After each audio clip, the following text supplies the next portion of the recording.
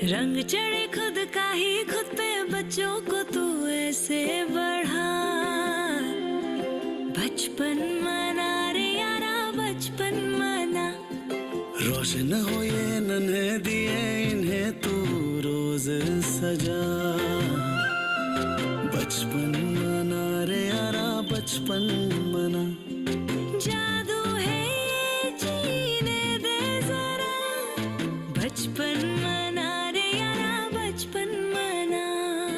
गिरने दे बढ़ने दे उनको पास आए तो गले भी लगा।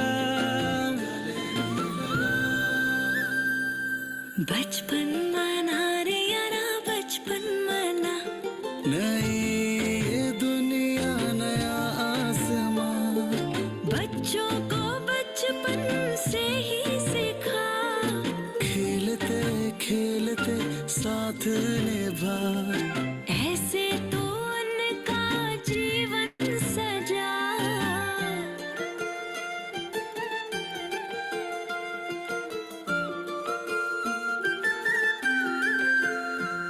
ये बचपन है त्योहार हर दिन का।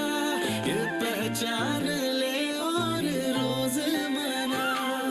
बचपन मना रे यारा बचपन मना। बचपन मना रे यारा बचपन मना। बचपन मना रे यारा बचपन मना। अरे अब तो मना ले यारा। Hello everyone, good evening and welcome to today's Bachpan Manao Masterclass. This Masterclass, which is the second in a two-part series, connects play and nature and will provide educators with practical strategies for nurturing deeper connections with nature in children through guided observations. The participants will also explore sensory experiences, movement-based activities, and inquiry-based teaching and learning approaches to develop engaging indoor and outdoor learning opportunities. Now, the reason I'm talking about play and nature is because with Bachpan Now, we believe that play is the ultimate cheat code to create an optimum childhood experience in the first 3,000 days for every child. Parents, teachers, and every caring adult can make this possible for the 25 million children born every year in India by creating the time, space, and environment during this phase. Bachpan Now is an initiative seeded by Ek Step Foundation to amplify this narrative. With regards to today's masterclass, today's Bachpan Manao masterclass is facilitated by Priyanka Prakash from Nature Classrooms and Amrita Padgaonkar from Early Bird. Let me just give you a short introduction to each of our facilitators. Amrita hails from Mumbai, and her flight into nature started when her parents took her for nature outings, and Amrita slowly developed her interest as a young birder, while pursuing a bachelor's in zoology and a master's in life sciences.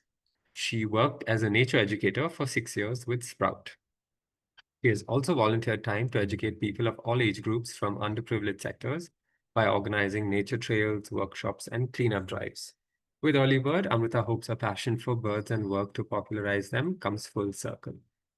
Priyanka has a background in journalism and began her journey in the nature education space by actively working with children and schools to raise awareness about our oceans with a focus on waste management and sustainability. She then went on to pursue her master's in environmental studies, and for the past 2 years has been working with nature classrooms to develop a nature-based socio-emotional learning framework with an intent to integrate an effective approach to nature education. She also actively facilitates capacity building workshops and outreach engagements for teachers and educators on integrating nature education as a part of their teaching learning curriculum. Now I'd like to hand it over to Priyanka to take you through the rest of the masterclass. Priyanka, all yours.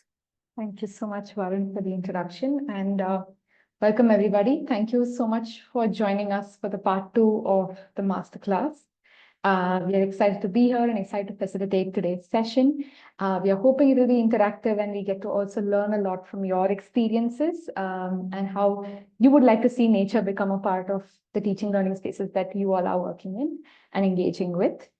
Amrita? Before we begin, Amrita and I would like to give you a brief introduction about the organizations that we work with. Just to let you all know what we do. So I work with a project called Nature Classrooms, and our idea since we started in 2018 has been to work very closely with the EVS curriculum and see how we can effectively integrate different approaches to make EVS more impactful, more meaningful for different age groups. And we do this through three ways. We do this by firstly training and conducting workshops for teachers, educators, and also people like you all who are interested in nature education and want to integrate it in your space. And we do this in line with the EVS curriculum. We also co-create and develop a lot of age-appropriate, locally relevant resources and activities and curriculums that teachers, educators can very easily pick up and implement in the spaces that they're working in. And we also do a lot of research projects to inform our work, especially from the space of education, to know how we can deepen the work that we are doing in different spaces. So that's a little bit about nature classrooms. Amrita, want to add about early bird? So, hi everyone, and thanks for joining in. And we are really excited to interact with you today. And a little about Early Bird, we are a project under the Nature Conservation Foundation. And what we aim to do is bring children closer to nature. And our main way that we want to approach it is through integrating different kind of innovative educational or fun game materials, and that's how we started with creating content and went ahead with translating them in 9+ Indian languages. And then eventually we realized that it's not just about creating content, but also about capacity building for educators who can take these ideologies, take these resources, make best use of these to get more children closer to nature. And that's where our training aspect comes in. And we do workshops for teachers, educators, um, and also parents and other nature enthusiasts who might be interested in a similar kind of an activity. And some part of what we do is also directly interacting with the children through online or in-person webinars and workshops and bird walks. So that's for what Early Bird is. And let's just dive into the session today. And just to give you more context of why we are here and why we are doing what we are doing, and why is it really important to introduce nature and bring in this nature connection at an early childhood stage. And nature, if you just imagine, it really helps us like it has a very different emotional benefits and a kind of cognitive benefits as well. And developing appreciation and care towards nature kind of eventually helps them at a young age to respect nature, to look at it in a different way. We don't want to be telling them about climate change and what all bad things that are happening around them right from the beginning, but give them opportunities to appreciate it, and eventually they'll see it and they might want to take some actions or make responsible choices for it. And then, like I was saying, having naturist experiences can really it's proven to have benefits in a person's development, be it cognitive, physical, motor, social interaction, so emotional as well. It is for your personal benefit or as a community when you come together and talk about it, or in general learning. Sometimes we don't realize how we kind of nature is playing part in how we as a kid have developed, and some things that we discussed last in the last masterclass as well, and we'll give you a quick overview of that in some time. And then even our education, some of the elements that we want to bring in through education can have nature has like an ability to give you resources which are freely accessible to even bring in those aspects. So yeah, so it just from the very beginning, the things that if we want them to talk about sensory things or colors or textures and all of these different things that we might think of maybe some toys or something, but then you have leaves and flowers and different aspects in nature that just there, and you just have to go there, approach them, and use them, and they'll have a very different, like multi-layered kind of a experience. And then it also just observing some insect or some bird, there's some bit of empathy building that comes into picture, because you observe them and you really connect with them, because they nature has that feel to it where you cannot be there and be indifferent. You'll see different interactions, you'll see different ways that humans interact with nature, or nature in itself is interacting with each other.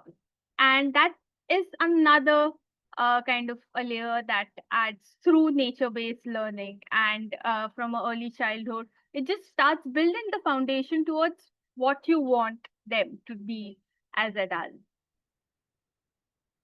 And some of these things we did kind of touch upon last masterclass, where we talked about how we connect to nature, connect with nature, and how we can get started just by making little observations, just being aware of what our surroundings are, and then how we can get children to look at nature, to look at and make observations, just be there, just be more conscious of what's around them. And we touched for observations, we touched upon some sensory connections, where how different senses help, like involving as many different senses will help them understand what they are dealing with better, have a better connection with nature and understanding as well. And similarly, play and movement as well, where all of these things are part of learning pedagogies and different ways that we might have already been using them. But adding just a nature layer to it might change your experience altogether. And in today's session, we'll be going a step further from here, where we had given you some tools on how to bring in observations and guided observations. And in today's masterclass, we'll talk a little more on how to structure it with keeping curiosity and questioning at the base of all of it. So how you can get the kids that you are engaging with to question about nature and then connect with it in the same process. So we have a poll for you before we dive into the actual topic of inquiry-based teaching and learning.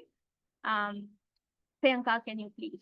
I'll just launch the poll. The poll should appear on your screens, and you all can just read up the question and select the answer you think you best relate to.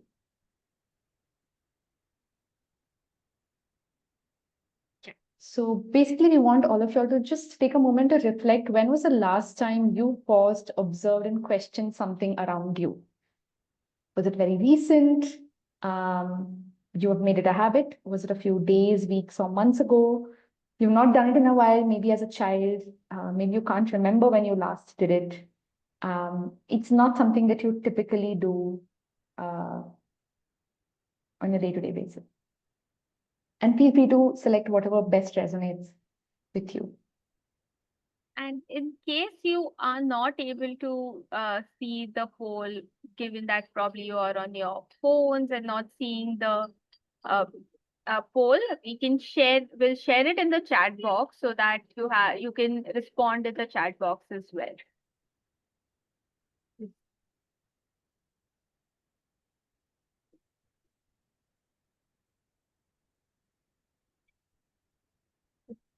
30 seconds more for you all to select responses.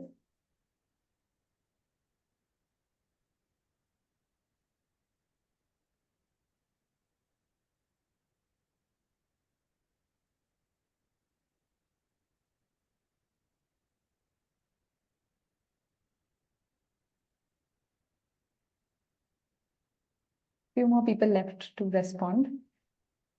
If you feel the poll is not showing up, you can type it in the chat, like Amrita said.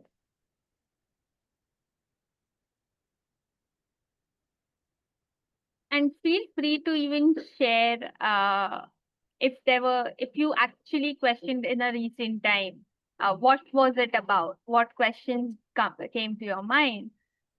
Feel free to even interact with us about this in the chat. It will be really nice to have interaction.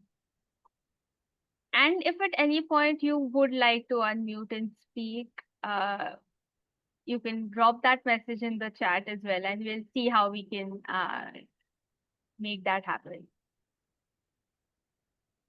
So I think we have majority people who have responded. I'll just end the poll so we can see what is it that everyone's been engaging with. Okay. Are the results visible? Yep. Okay. So interesting to see that almost majority of you have made it a habit to engage with questioning. You've paused and you've observed. And like Amrita said, please do share it in the chat if you have some interesting experiences that you have had in terms of pausing, observing, and questioning. We do have a few who have probably done it a few days, weeks, and months ago.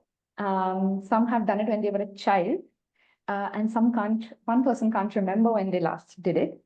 So the idea of today's session is precisely that while we talk a lot about how do we get children to be curious, excited, engaged with nature around them, how do we get them to question and relate with what's around them, how do we first spark that art of questioning within ourselves? So before we dive into the session of how do you structure a nature-based workshop, how do you structure sessions with children around it, we thought we will get you to first a little bit engage with the art of questioning. Amrita, if you can go to the next slide. And we would like for you all to actively use the chat in this bit. So as you can see, this is a picture of a bird on the screen. It's a part of the Early Birds bird flashcard resource, which you can see in the corner. And there are a series of over 40 cards that are there that you all can use to engage kids with about the birds around them. But right now for this activity, we want you to focus on this one particular bird. If you can just click next once, Amrita. Okay, so we want to take around 10-15 seconds just observing this bird, right? Just look at this bird. Look at how it is, what it is doing. Just spend a few seconds looking at it. Once you have spent time looking at it, we would like, next Amrita. We would like you to think of the first 3 questions that come to your mind about this bird, right? And you can just write it in whatever order it's coming to you and put it in the chat. We would like to see all the different questions. Don't worry about whether you know the answer to it or not, whether you need to know why you're thinking about that question, just the first question that comes to your mind, right? And so think of 3 questions. And once you've thought of those 3 questions and you put it in the chat, we would also like for you to observe the questions that you've come up with and think if there's any pattern in the way you have ordered those questions, right? So we'll take about 2 minutes to do this because the idea is to get you all to quickly just think of the first question that comes in your mind. So just spend time observing the bird and think of the 3 questions that come to your mind. Okay, we have the first set of questions in the chat. Where is the bird going? Where are the babies? Very interesting. What will it eat? Very nice. Thank you, Ria, for sharing.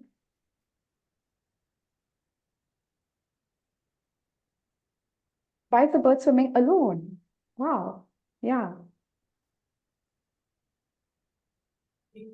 Why is there a yellow color on its beak? That's an interesting question, no? Habitat of the bird. Is this male or female? Which part of the world is the bird found? Can it fly? Why is the beak yellow? Why is the bird not flying? Yeah, it's a bird. It's supposed to fly. The bird seems sad. Has it lost its ducklings? What is the bird looking at? What is the bird thinking, feeling? How cold is the water? Okay. Is it a duck or a goose? Very interesting question. Why is there a green patch at the back? Can it fly high or low? Why does the bird look angry? What is the bird looking for? Okay, maybe a few seconds more if some more questions people want to share in the chat. I would also like some of you all to share now what is the order in which you thought of your questions? Was there an order? Did it just come to you randomly? Or do you think there were some things you observed first and then the others came as you thought about it? Why is it frowning? What is the pattern of the feathers? Okay. Which bird is it? Is it a duck or goose? Is it a migratory bird? Where is the bird from? Okay.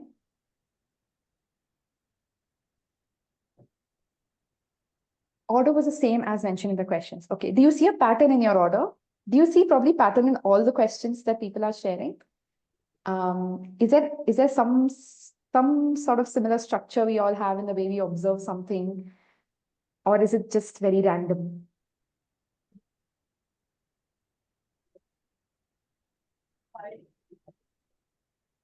If anyone wants to unmute and share, please feel free to also.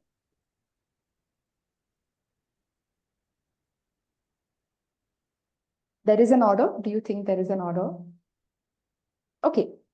We will leave. Yes, there is. Okay. Okay, interesting. Ria, would you like to share with us what you think the order is? Maybe in the chat or if you feel free to unmute. Want to unmute? Yeah. Hi, Ria. Yeah. So after seeing the questions, what I've observed is most of the people have a very similar question is where is the bird going? Okay. And one of the question was, is it a migratory bird? Assuming, I mean, under the assumption that it is going somewhere. Correct. Correct. So I think that is the order. I mean, that's Okay. what I Very put. interesting. Thank you. Yes. Okay. Someone learned the name of this bird last week. It's a spot-billed duck. My question is it a male or a female? How do I identify it? Does it have more of green color in its feathers? Which place is the bird swimming now? Yeah, you're right. Yeah, a lot of people are interested in where the bird is going. Very nice. Okay, awesome. So we will have you all keep this in mind. The idea was to just get you all into the process of thinking of questions, right? And as you can see, there are some 30 odd people in this chat right now, and we have such diverse questions that are coming up, right? Some of us know this bird, some of us don't know this bird. But nonetheless, there is a curiosity that was sparked when I asked you all to just think of questions. And that's exactly the space in which we want to go going forward.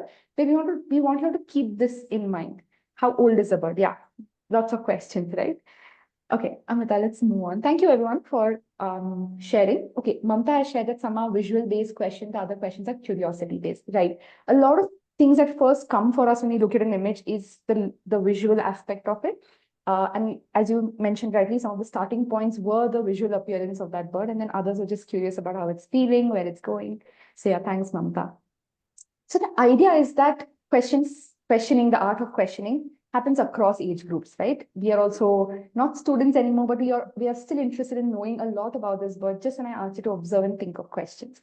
And the idea is that questioning is something that we do throughout our life. We are curious, we want to know more. Probably the reason why all of us are also here today, because we want to know more and learn more. But when it comes to nature learning and nature education, the idea is that what is the most age-appropriate way in which we can guide a child's learning in nature, right? For very, very young kids, like Amrita pointed out right at the beginning, talking about abstract, very far away things like the ice melting in the Arctic or the polar bears that are far away, or the idea of climate change and global warming can become very, very overwhelming, right? So while inquiry-based or a questioning-based approach may be very useful to understand those concepts, what is it that we can do with very, very young children to get them excited and curious about what's right outside their windows, right near their homes, right outside their schools? And so something that we in the nature education space have researched and we believe in very strongly is that for very young children, especially in the early childhood group, the idea would be to give them more concrete activities and experiences. Think about very immediate and local examples and depend a lot on the visuals, the games, the art, something that keeps them hands-on, playful, exploratory in nature. And then eventually get them to make those connections as they grow older into thinking about things that are more abstract, based on values, based on interconnectedness. And that's the way we approach when we develop and design our nature education sessions and programs. And there's just a gist into the idea of it. But for a very early childhood group, what I tried doing with all of you would be a good way to start off by just asking them to ask you questions about what's making them excited and curious about the things around them. Next, Amrita. So one such method, of course, there are many, many approaches and ways in which we can think about how do we structure and guide a session around nature learning.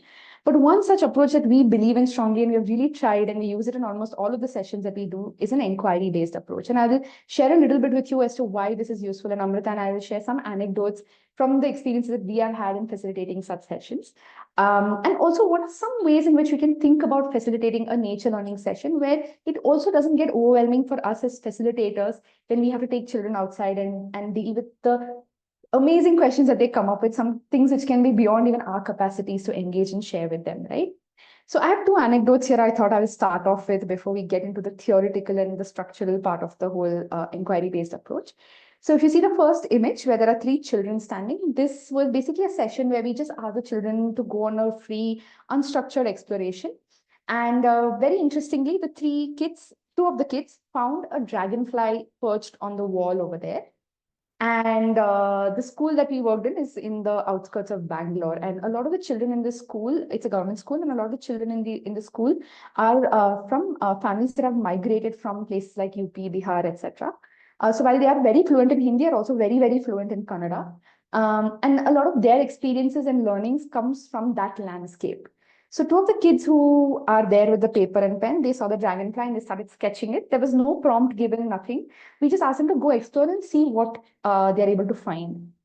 And it was a very interesting session of peer learning where the kids started drawing the dragonfly and they started talking in Kannada saying, oh, do you know what dragonfly this is? Have you seen it around you? Then this other kid came, and this kid is from, I think, UP, if I'm not wrong. And the kid shared that how they usually see dragonflies when it's raining over there. And the other two kids are like, oh, no, we have never seen dragonflies when it rains. And they started asking questions to the other child. This is a very unstructured, these are very young children, primary school children. And it was very, very unstructured in the way they started discussing and questioning and sharing as to why the dragonfly is visible when it rains, why does it only come there and it does not come here. And this is a great example of just allowing kids to question and giving them that space. Similarly, I have another example here where we asked children to we didn't tell them much about spiders. We didn't give them any context. We just told them that imagine you're a spider in the corner of a room in a house. How will you feel and what would your day look like? And children came with amazing stories. One of it being that the child shared how one of the houses that they were in as a spider, the owner, the lady who was in the house, she came and she shooed the spider off with a broom. It started raining outside, and the lady came out and saw that the spider was very sad when it was raining outside, and so she decided to let the spider back in. And so then the idea that there is a certain experience that the child has about spiders, the child is carrying about spiders. And these are, again, very young kids who have a certain perception about what a spider is experiencing, right? And so an inquiry-based approach, the idea would be to build upon and construct upon those existing knowledge and experiences that children are coming with. And how can we as facilitators probe them to explore and engage with the ideas that nature has to offer through the art of questioning? Amrita? So very quickly, and I'm sure most of you all are already aware about this, but quickly to touch upon what is inquiry-based teaching learning, right? And the idea is that children get the opportunity to explore the environment and construct knowledge based on the experiences, just like the first anecdote that I shared about the three children, right? So they constructed their knowledge about the dragonfly based on an experience that they could share with one another and the exploration that we gave them, and we told them that they should go out, explore, and observe. Next. And so what does an inquiry-based teaching learning allow for? It allows for a student-centered approach where participants are active, they're independent, and they have a certain sense of agency. It's also that age group where children want to have a sense of like confidence. They want to feel like they can do things on their own. Also a sense of where exploration is not limited. Touching things, exploring things, observing things is not just limited to being within classrooms or within indoor spaces, but what is it that they can pick out from outside, right? And Ekta, like you're saying, deep thinking as well. It allows for play and exploration. So for this age group, play is such a critical thing. How can we structure that play in some sense, right? Where it also eventually leads to some deeper learning. Next, Amrita. It builds on children's personal interest. So children, of course, are going to come in with their interests. It's that age where they want to do a lot of things. They're excited about a lot of things. How can we build upon that interest as well? Next. And make sense of the world in their own way. It's an age where their world is just beginning to grow. They're just making correlations of what's around them, their family, their friends, the school that they're in. It's their immediate world, right? So how are they connecting that with the larger things that they see around them? And so inquiry-based allows for that. Next. Martha. Of course, the idea of this being that nature offers a rich context where children can get hands-on, they can have real-world experiences, but at the same time, it allows for children to build upon the imaginary world that they're creating, right? It's if you'll remember, as very, very young kids, we read stories about animals that could talk to each other. We read what Panchatantra, Jataka tales, all of those stories that we read, right? It was built upon that imaginary world that we had. And so inquiry-based learning in nature allows, Tinkle also, absolutely. It allows for us to develop that child's imagination, but at the same time, make connection as to why something is the way it is. Next, Amrita. So very, very quickly, we wanted to give you some examples of if you were to try out different approaches of inquiry-based for that age group that we are looking at, the early childhood age group, what can that look like? And what is a journey that you can take children through, right? And what's very, very crucial for inquiry-based learning in that age group is the idea of guiding and scaffolding, especially when we think of it in a nature learning lens. A lot of it we want to do outdoors, right? And that requires that children are also guided through the exploration and observation that they're doing. So while observation is a starting point, what is it that we can do as facilitators and as adults to give children a more meaningful experience when they're looking at nature, observing nature, and engaging with nature? So one of the three ways, beginning with the way that you would engage with it, very young kids would be to look at it as a structured inquiry, where here you're guiding not just their observation, but also how they're going to be engaging with that observation, right? So a very simple example for this is what happens to ice when it gets warm. Here as a facilitator, I can not just ask the question, so I'm giving the question to the children, but also showing them how it is. So I'm giving them the setup in which they would be observing and they would be understanding what is it that I want them to eventually learn from this question, right? So that means I would keep an ice in front of them. I would let them watch it melt. So the setup and the observation is entirely guided by the facilitator. Next, Amrita. The next, as Ekta, you pointed out, is guided inquiry, where children are here allowed to pose the questions, right? And this would be a step after structured inquiry, where children have gained some confidence in asking questions. And now you're asking them to allowing them to ask questions from their own experiences. And they decide, you pose a question to them, and then they decide how they want to observe. A great example of this is how do plants grow, right? Children can decide that they want to go watch a tree outside and watch the seasons change. Or do they want to just plant a seed in a pot and watch it grow? Or do they maybe want to watch a video and learn it? Or do they want their adult or their facilitator to explain to them how a plant grows? So it allows, in some sense, for the facilitator to be involved, but children have some sense of agency at this point where they're deciding how is it that they want to explore something, right? And so the dragonfly, again, is a great example for it. Similarly, the spiders. And finally, once we feel that we've gone through these stages of structure and guided inquiry, a great way to eventually reach and hope that children reach is an open inquiry, where they're developing their own questions and also designing their own investigations. And a great example, which you observe in very, very young children, actually, not necessarily limiting to age, is ant trails. Children are always fascinated by ant trails. Why do ants move this way? Why are ants interacting this way? What are ants carrying?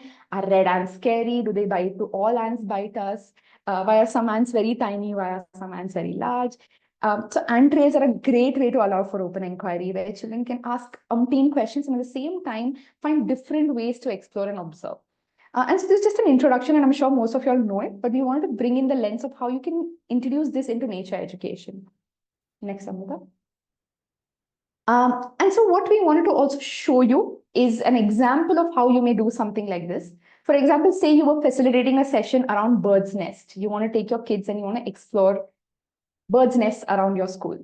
And it's something that you can very easily see. And so the idea would be in the early childhood stage would be to look at confidence building, right? At that age group, the idea is that we don't want children to lose their ability to ask questions. I remember as a child myself, I reached a stage in school where I was not confident to ask questions, often because there was not enough opportunity or space for me to ask, and I wasn't encouraged from a very young age to ask questions.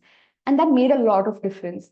So often with very young children, it's a great idea to allow them. Sometimes it can seem bizarre to us, but often it's the way in which they are thinking about the world, in which they want to express to you as facilitators, saying, hey, look, this is how I am observing the world. And it may or may not make sense to you, but I want to share it with you. So that's the idea of that stage of inquiry based for early childhood, right? And of course, get them to feel good about what they already know and build a rapport with the facilitator. So yeah, for example, if you're taking children on a bird's nest, you're taking a children on a walk and you want them to explore bird's nest, a good way to start off as a facilitator is to be prepared with some questions that you think you can probe their initial curiosity. So have you seen a bird's nest before? And feel free to answer these in the chat as well. But have you seen a bird's nest before, right? Such a simple question. Where do birds build nests? And children can come up with such amazing answers for these things. What do nests look like, right? Do all nests look the same? What shapes and sizes are nests? Such an easy way to just take kids outdoor and ask them these few probing questions. And immediately you can see children are excited to share what they have seen, what they have learned, what their parents have told, what's probably happening at their home. Once you think those initial questions are intriguing and engaging them, you can go to the next level of questions where you start pushing their inquiry a little further, right? Why do birds build nests, right? So now you know birds are building nests. You have given them an opportunity to share the types of nests that they're engaging with. So why do birds build nests? Do all birds build the same kind of nests? And sometimes this can lead to some amazing peer conversations where children are coming up with their own explanation as to why something is happening. Finally, if you want them to go further beyond the classroom and the learning space to explore something and share something, how do birds know how to build nests? Are human homes different from bird homes? So it's also an age where their immediate correlation to everything is human beings because they're seeing their parents, they're seeing their teacher, they're seeing their friends. And so great ways to bring that interbeing correlation as well. So what Amrita will also share now, given that we'll share a bit of how you structure some of these sessions, is some anecdotes from sessions that we have facilitated and some interesting and amazing outcomes that have come out of it. So Amrita, I will hand it to you. Yeah, so one of such example, which is really close with what I do in terms of work at Early Bird as well, is facilitating a workshop for young birders. While this age group is just after when, for what we are talking here, this is 8 to 14, where we are trying to like that's the age group we are dealing with when we talk about this workshop. But we thought it would be really interesting to give you insights on how we have structured this, because the structuring in itself, you can adapt, the content can be adapted to whatever age group you're working with, but the structuring or the approach towards it will be slightly similar. So for this, where we do want them, so these are kids who have started bird watching, but we want to give them slight more like hand holding towards getting them to make observations, not just being stuck with identifying birds, or not just being, oh, I saw this bird, saw this bird, saw this bird, not going in this checklisting ticking off bird names from their wish list kind of an approach. We want them to engage with nature. We want them to be curious, to learn and understand it as much, because that's where the connection with nature is going to be stronger. And in this process, we do want to give them facts. We do want to give them information. We want to put that across. But how do we do that in a way where they feel that they are learning at their own pace? They are learning with their involvement in a way where they are there present all the time through whatever things we are doing. So the first thing that we do is, even in a session where we want to give them facts, so there are basically the workshop is split into multiple themes, and each theme is further broken down into two segments. One is for information sharing and one is for them sharing things. We'll get to that a little later. So in these knowledge based sessions, instead of traditional lectures, what we do is we bring in games and activities where we get them to observe and inquire and be actively engaged in these. So to take an example of a bird behavior theme that we want to talk about, we do want to tell them about all the different scientific terms that comes with the different behaviors. But instead of just telling them the words and their definition, we showed them a couple of videos. videos in which birds are doing different things, living about their life. But these kids had to observe these videos and describe them in whatever best words they could. And once they do that, once they share what they have written, then we put in a label being like, oh, this bird's preening, or this bird's trying to regulate its temperature, or it's just swimming or resting, whatever. It's only after they have observed, they have put in their thoughts of whatever knowledge they already have, or whatever guesses they want to make. And it's things like these. They are like, there's a bird which is probably just sitting, but they have this weird imagination of, oh, probably the bird saw that way because there's a predator coming from that side. In a video, probably that's not true, or in that situation, but it's their imagination, and it's okay. It might be there, which probably didn't get captured in the video, or it might not, but it's okay. We want to give them that space to think and imagine as well.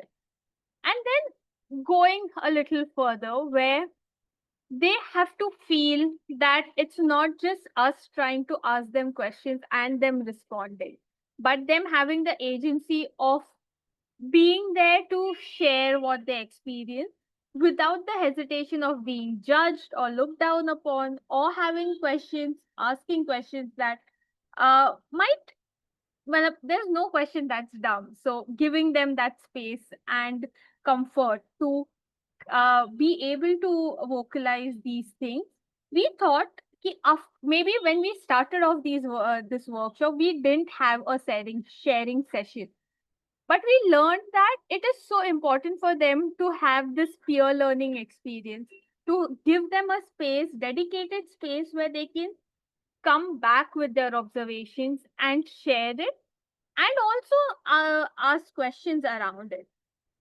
And hence we decided to have a sharing class as well with them, where then we had this all plethora of questions.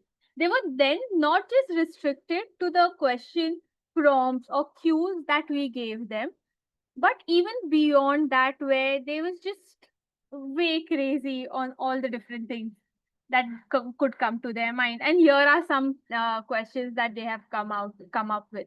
So someone went to a beach. They happened to be go on a beach for a vacation.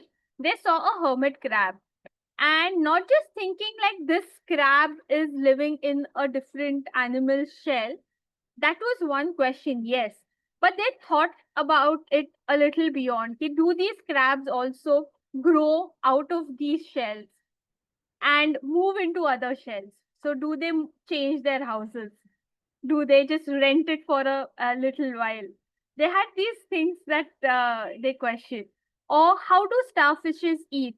They probably overheard someone saying keep starfishes just throw out their stomach outside of their body, eat, and then put the stomach back in. And they've thought it is not true because it was too bizarre to be true. So they came back to ask about it. We didn't know the answer. We also had to go back and look, research, check, and then get back to them.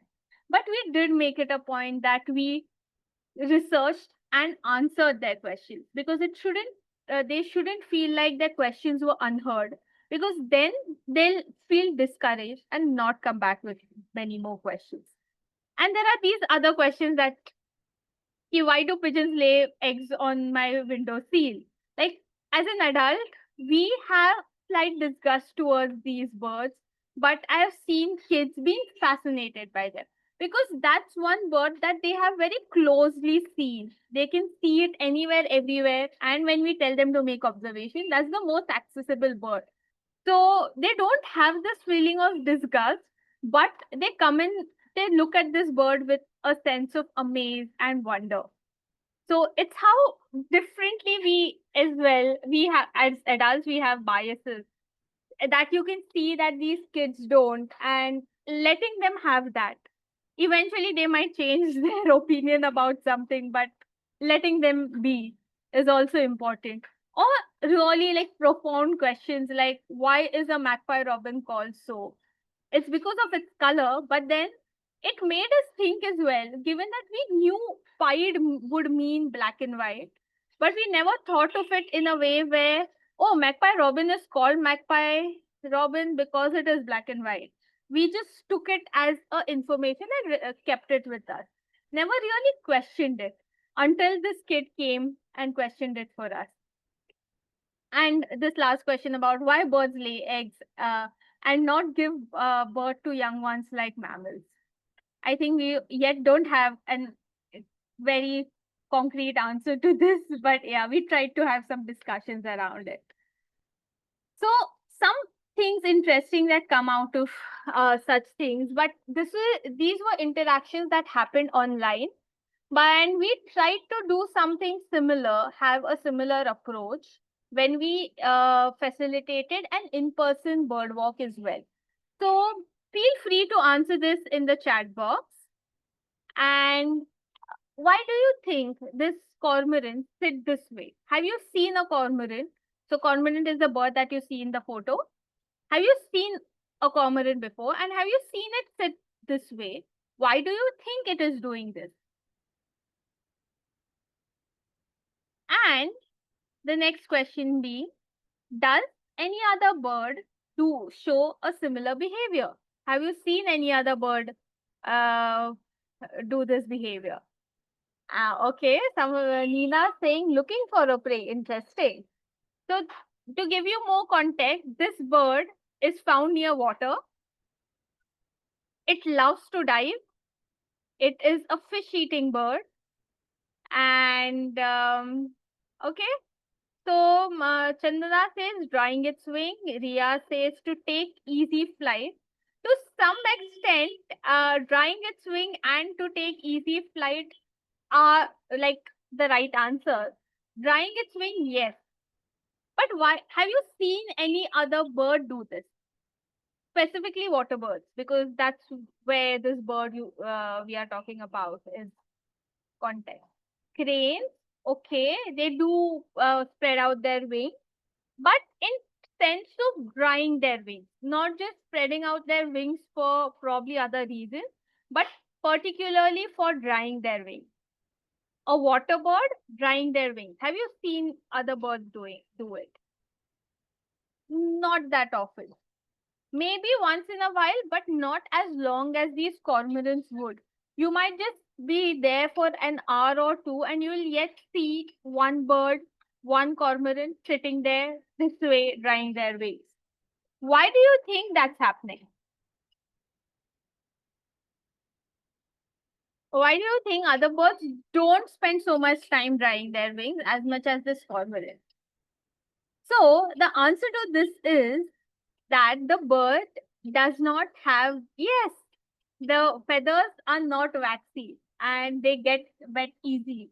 They use it to their advantage. That's a different conversation in itself. Cormorant, though water birds, they decided not to evolve to have waxy coating on their feathers like other birds did. And that's why they have a larger need to dry their wings, because otherwise with wet wings, they won't be able to fly. So someone did say for easy flight, that's why it was a slightly easier answer. Yeah, they can't creep. Yes, yes, Priyanka. And so the idea is, instead of directly telling them that these birds don't have waxy feathers, just the way we try to facilitate it right now, asking you questions, guiding you through that observation to make you arrive at a certain thing, or just maybe it could have been a wild guess as well, but just having the freedom to arrive at an answer is, and not fearing whether it's right or wrong. And we had like real fun in that session. Even Priyanka will agree to it, where this you can see this particular drawing that's there in the lower half, the smaller image is from that particular bird walk, where the kid drew a cormorant and wrote about their observations. And we tried to facilitate this conversation a similar way, where there were a flock of cormorants sitting, and the kids observed it. Every time we asked them a question, they went back to those flock of birds, tried to observe it more, come up with an answer, then came back to us, turned around, and kind of shared what they felt. So you can similarly, based on what it is, not always that you will have opportunities to interact with kids in nature outdoors, but if you do, you can kind of adapt indoor things for outdoor sessions based on what resources you have or what the situation is, or vice versa, where your outdoor sessions you adapt it indoors. Here we did it the other way around.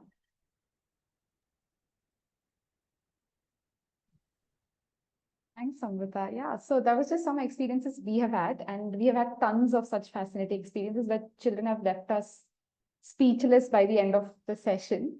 And we have probably learned a lot more from them by the end of it. But we just want to summarize a little bit before we do a short 5-minute activity with all of y'all to just engage with whatever we have shared with all of you today.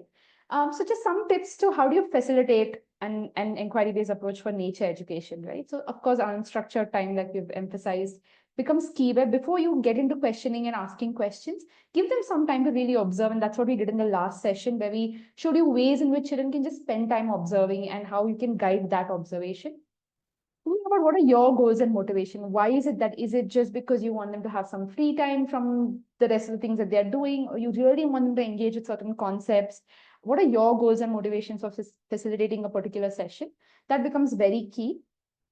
Preparing beforehand, and that's what's always helped us, where we go into sessions with certain questions that we can use to guide children, because often children can feel a little hesitant to share questions, come up with questions, especially if it's in big groups. So what can we do to probe those responses? Really helps to repeat certain questions that children ask, or making it sound like you're really validating where they're coming from and why they're coming from to that space.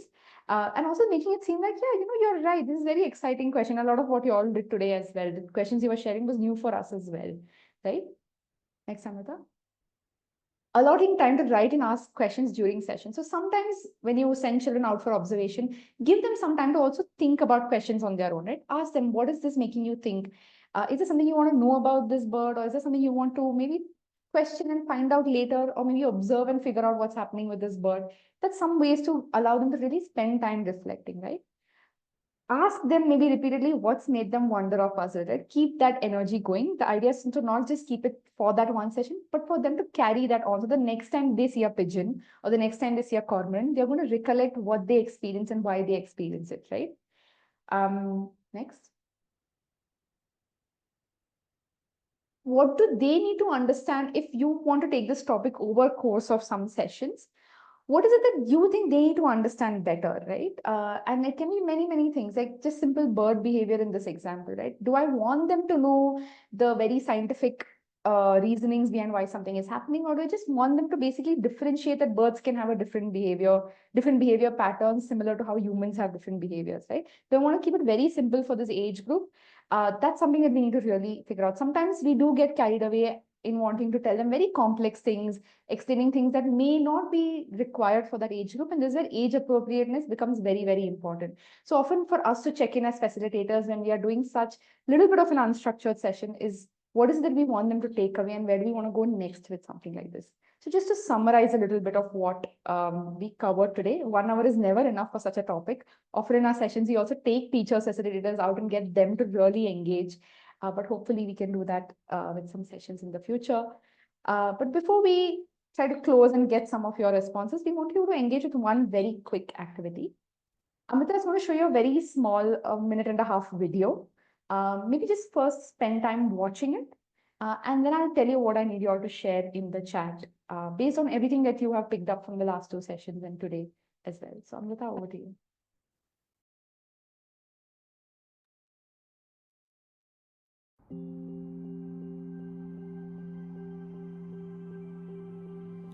A lake or other water body near your house is the perfect place to get familiar with wetland birds, which are large and easy to observe. Here are 10 birds you are likely to encounter all year round in water bodies across India. This is our most familiar duck, found at lakes across the country. It has an evocative name in Marathi, Haldi Kumkum, referring to the yellow and red colors on its beak. Like other ducks, it has webbed feet, which help it swim and steer effectively. Grebes look like small ducks swimming in the lake.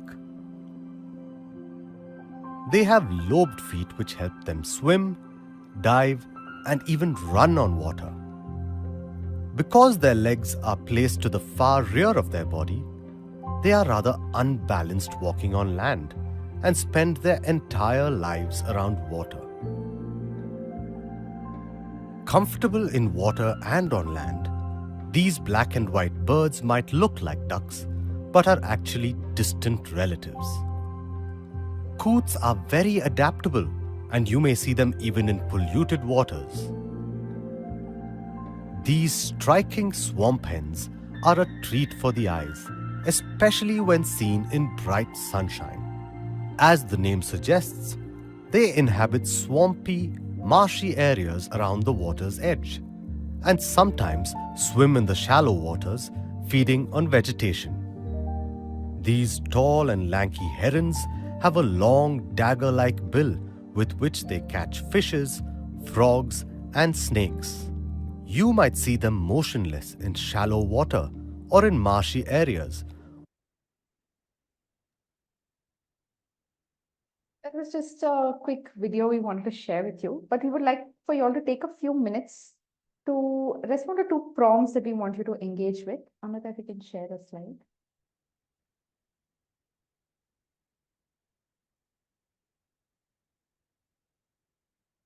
We would like for you all to, again, think of 3 questions you will ask. So think you've shown a video of this kind around birds to your children.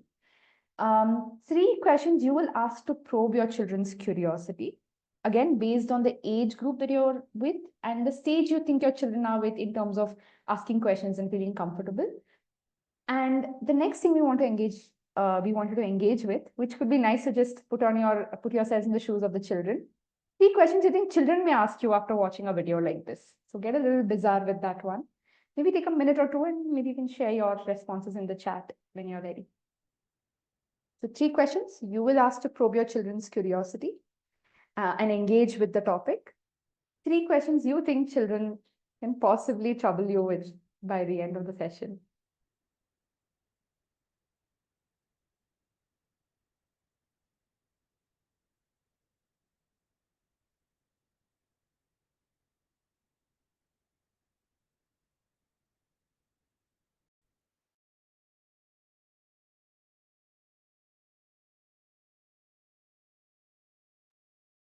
What did you see in the video is a great starting question, right? Immediately getting them to engage with the visuals. Okay, which birds did you see in the video? What colors did you see? Such a great question for that age group, right? Because colors are also something they are picking up in that age. And birds can be very, very colorful and also a great way to discuss those concepts. And what do you observe around the birds? Very nice. Yeah.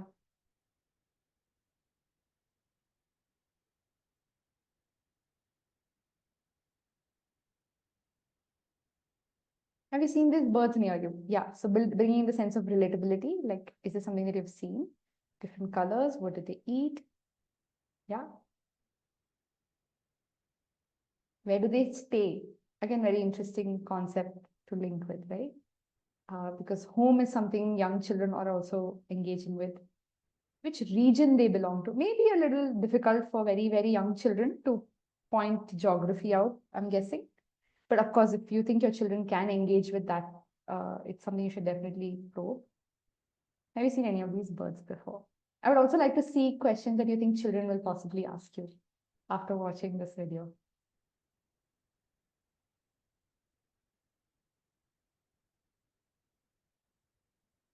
How do birds swim? How do they catch fish? How do they build nests? Yeah, these are some questions that I'm guessing you're suggesting children will ask.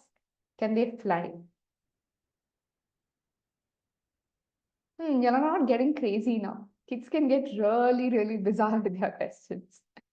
And can I feed them? Yeah, children do tend to ask those. Are their ducklings ugly? Oh no.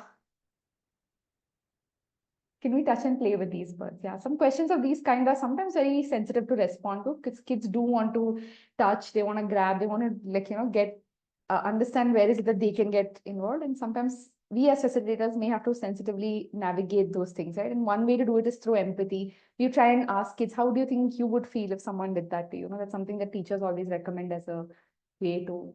Very nice question. Who teaches them to fly? Yeah. How many of you love swimming? Do you know what they eat? Very nice. You're building from a personal connection and then moving to them. Maybe we'll take one or two more questions, and mainly the children's questions would be nice to see now. Can I try making the grebes stand on land and see if they will topple? Interesting question. Where do they come from? Where and how do they sleep? Yeah, a lot of children are fascinated with how birds sleep. I've seen a lot of children ask questions around birds sleeping. Okay, maybe any one or two more if people have to share.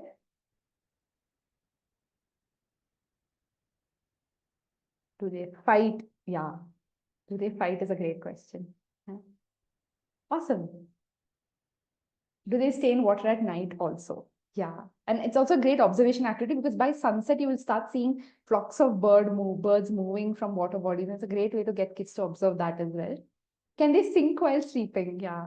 Very nice. Awesome. I think so you all have gotten a sense of what nature can offer in terms of exploration, questioning, and guiding children. And that was our key idea for today's session, was to take observation a step further and share with you that often you don't need a lot of resources, you don't need a lot of materials to plan nature education sessions. Something as simple as just a 15-minute outdoor activity where you're also probing children's ability to develop their questioning skills, their cognitive skill, their motor skill, can offer so much value.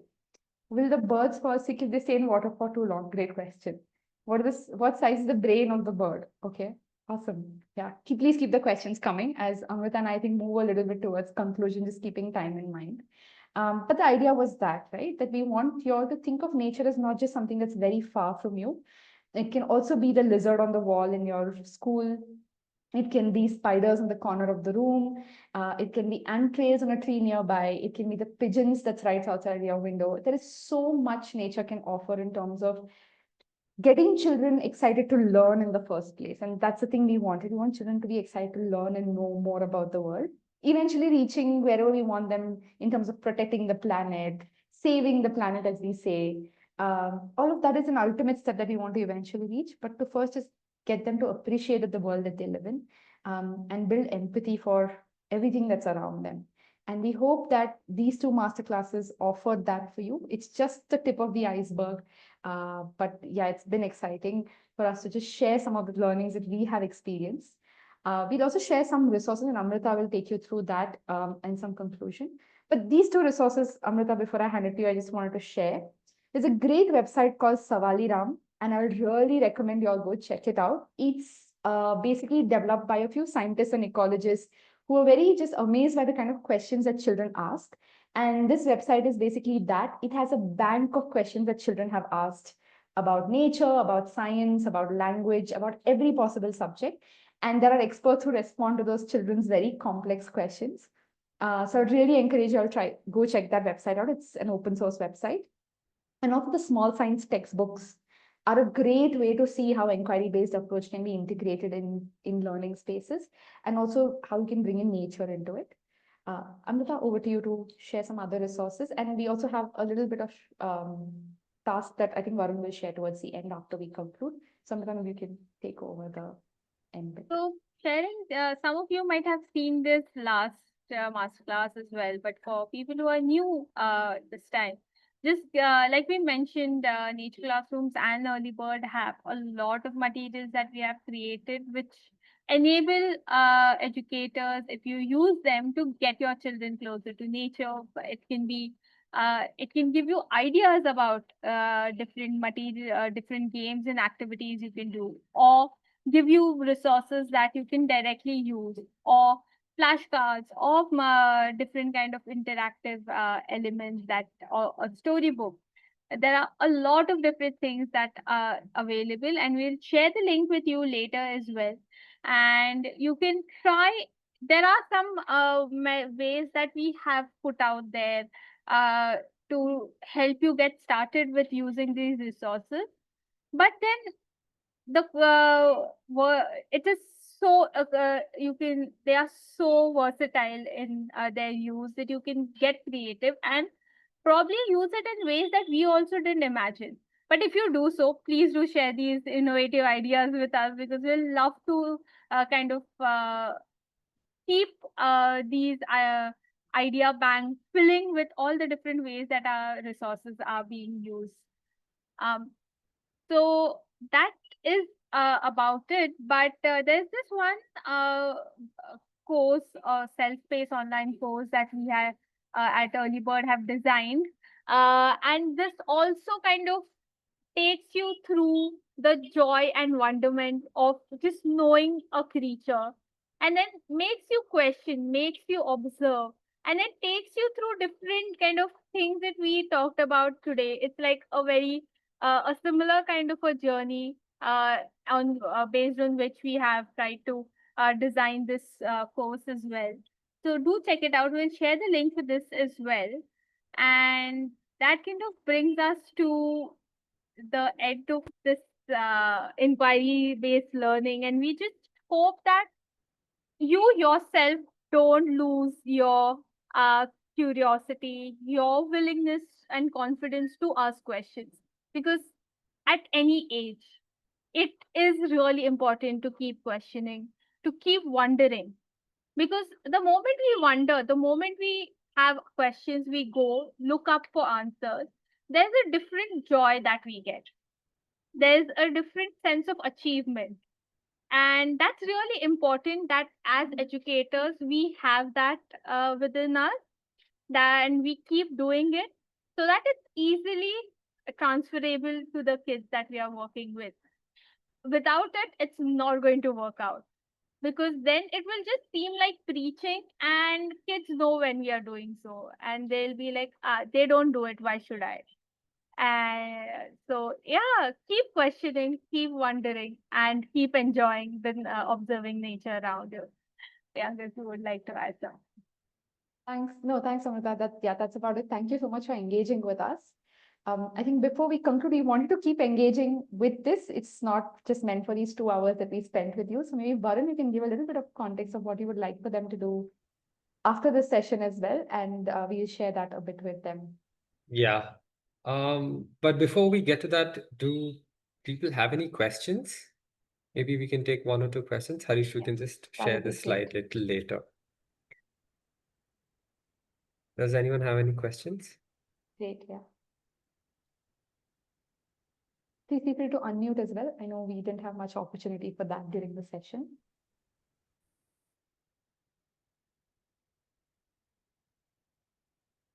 Just wait for like 10, 20 seconds to see if anything comes up on chat.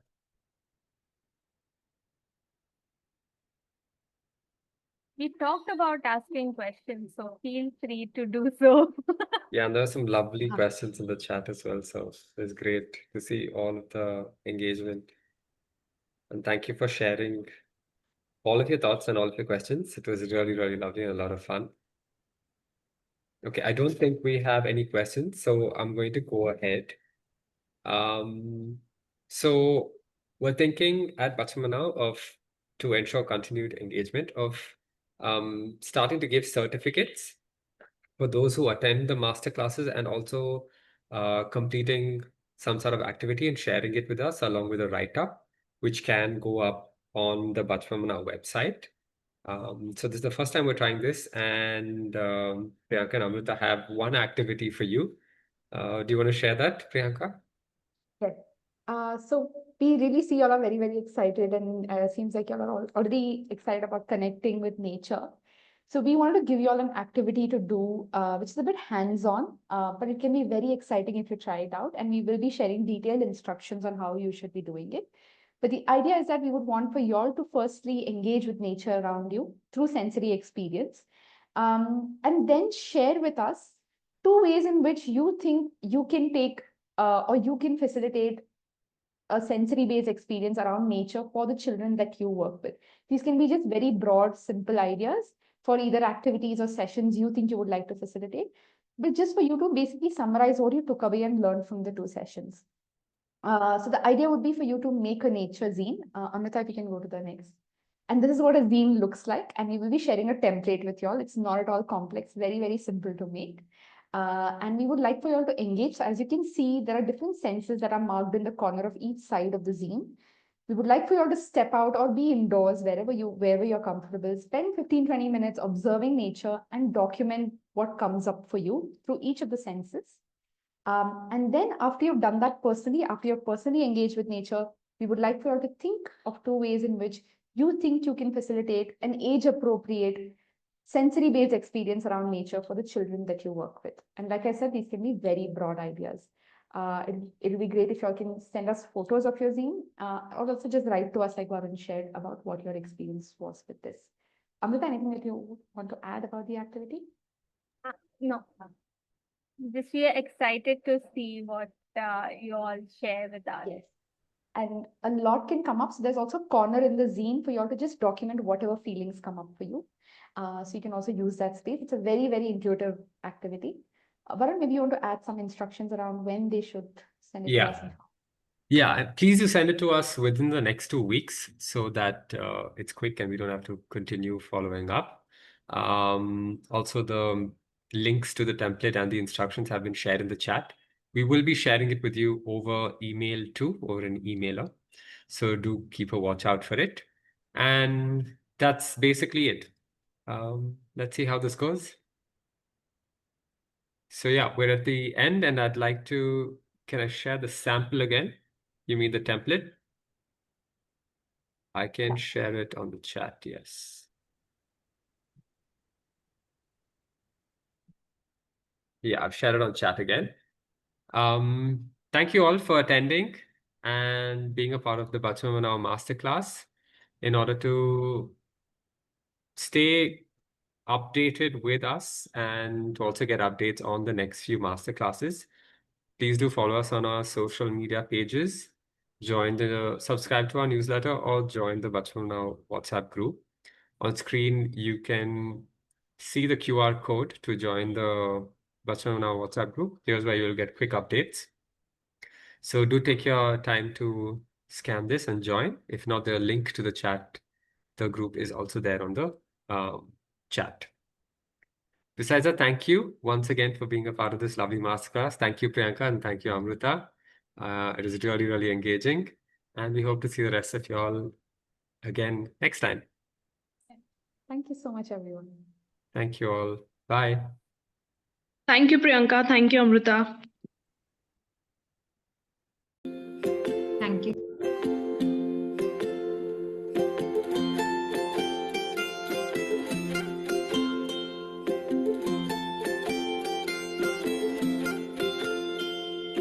रंग चढ़े खुद का ही खुद पे बच्चों को तू ऐसे बढ़ा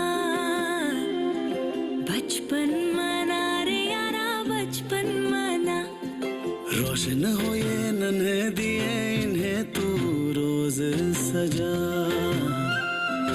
बचपन मना रे यारा बचपन मना जादू है ये जीने दे जरा बचपन मना गिरने दे बढ़ने दे उनको पास आए तो गले भी लगा बचपन मना रे यारा बचपन मना नई ये दुनिया नया आसमां बच्चों को बचपन से ही सिखा खेलते खेलते साथ निभा ऐसे तो जीवन सजा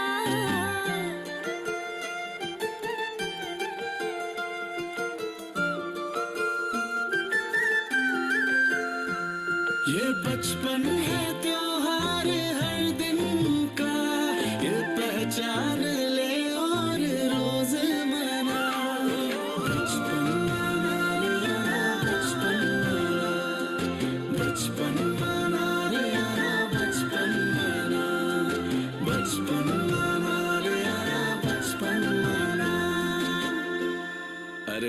तो मना ले यारा।